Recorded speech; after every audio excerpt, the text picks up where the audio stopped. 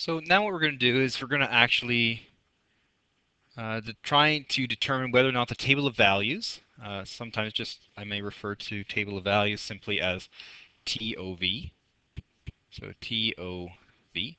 Uh, I want to know if this table of values represents either a linear, quadratic, or exponential relation. So I know what the value of x is, and in my table of values, I know that the general equation that y is going to equal 2 times whatever the x value is.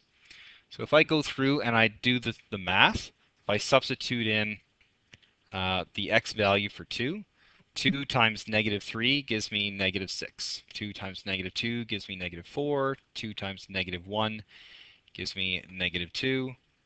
2 times 0 gives me 0. 2 times 1 is 2. 2 times 2 is 4. 2 times 3 is positive 6. Okay, so now I've filled out my table of values. So what I need to do now is I want to try and figure out the differences. Okay, and so differences, you can do first differences or second differences. And what we do when we're figuring out differences, we just work our way from the bottom to the top. So we take one set of values, so one y value, and we subtract what it's going to be. So 6 minus 4, that equals 2.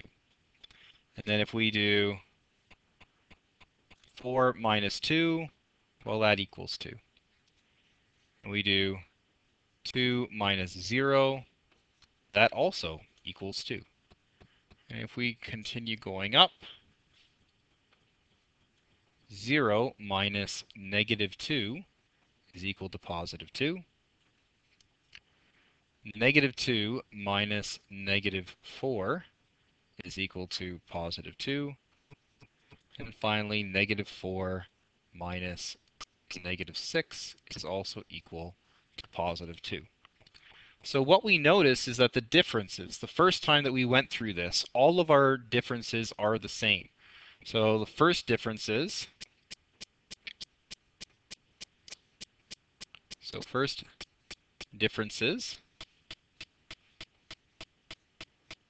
are all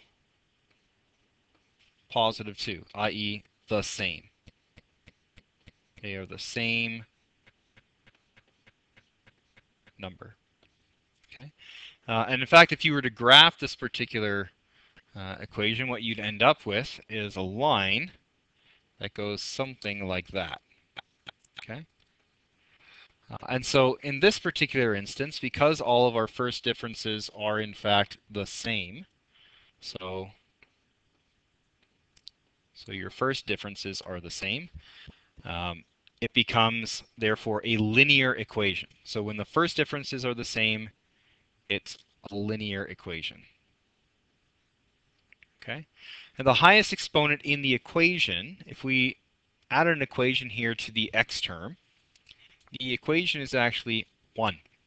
Okay? So 2x raised to the exponent 1. And so what that means is that the highest exponent in the equation is a 1. Oh dear. So the highest exponent in the equation is a 1. And because the highest equation is a 1, that means the first differences are 1. That means it's going to be linear.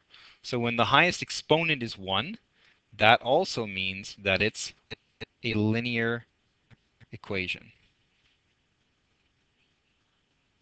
Okay? So we've gone through and we've looked at a linear equation. So let's take the same table of values, but let's change the equation a little bit. Now instead of y equals 2x, now we've got the equation is y is equal to x squared, okay? Or the exponent is 2. So now I'm going to plug in my x value into the equation, and I'm going to square it. So negative 3 squared gives me, really wish that didn't happen. Negative 3 squared gives me positive 9. Negative 2 squared gives me positive 4. Negative 1 squared, positive 1. 0 squared is still 0. 1 squared is 1, 2 squared is 4, 3 squared is 9. Okay? So again, if I go through and I try and figure out my first differences, I end up with 9 minus 4 equals 5. Then 4 minus 1 equals 3. 1 minus 0 equals 1.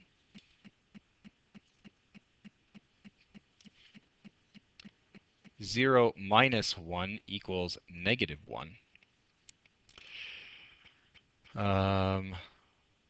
1 minus 4 is equal to negative 3. And finally, 4 minus 9 is equal to negative 5. So my first set of differences, they are all different. 3, 1, negative 3, negative 5, etc., etc. Okay?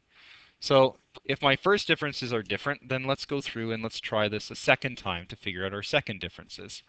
So I'm going to find the difference between, in this case, 5 and 3, the difference between my first differences. So 5 minus 3 equals positive 2. 3 minus 1 equals positive 2.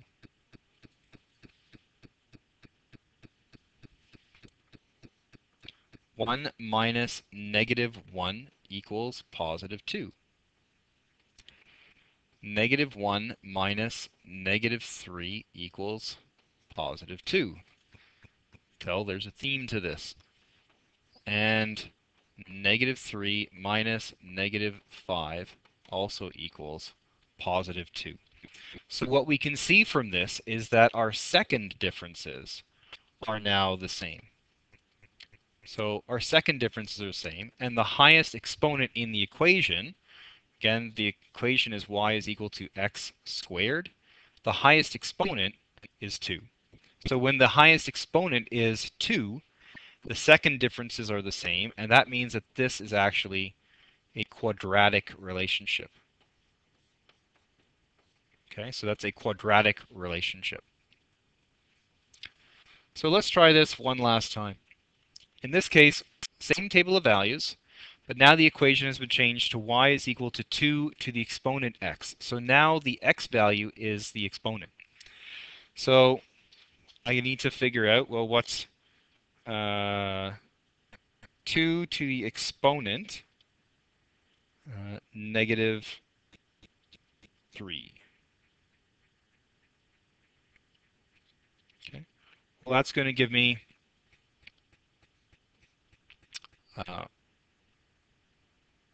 1/8.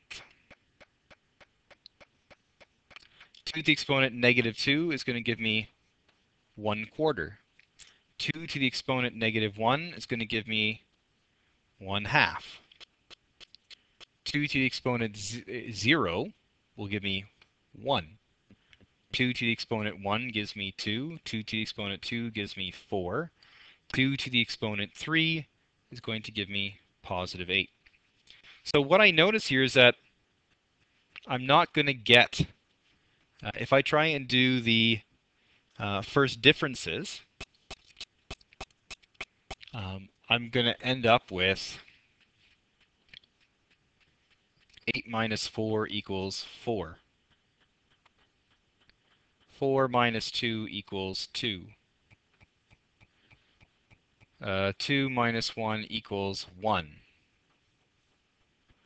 1 minus 1/2 equals 1/2. Okay, so obviously my first differences are not the same. So let's quickly check to see if our second differences will be the same. So if I do this, I get 4 minus 2 is equal to 2. And now I get 2 minus 1 is equal to 1. And now I do 1 minus 1/2 is equal to 1/2. Okay, so my second differences are not the same either. So what's the relationship? Well, if I look at all of these values, any two consecutive y values, including any of the differences, what I see here, if I look at these two consecutive y values, 8 divided by 4 equals 2. If I look at these two, I get 4 divided by 2 equals 2. If I look between 2 and 1, I see 2 divided by 1 equals 2. Okay, so the ratio, the fraction between those two y values is all equal to 2. And if I look at my first differences, I get the same thing. If I here on the bottom, my first difference is 4. So 4 divided by 2 is 2. 2 divided by 1 is 2. 1 divided by 1/2 is 2. And in my second difference, if I did 2 divided by 1, I'd get 2. If I did 1 divided by 1/2, I also get 2. Okay? So what we see is that the ratio between any two consecutive y values is the same.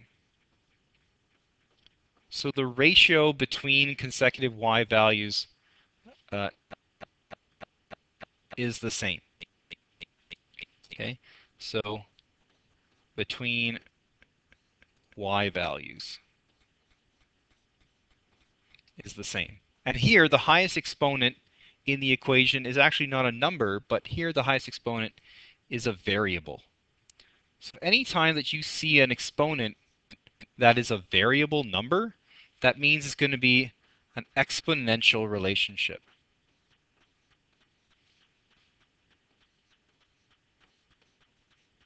Okay, so it's going to be an exponential relationship. And in this case, if I was to graph this, I would end up having something that looks like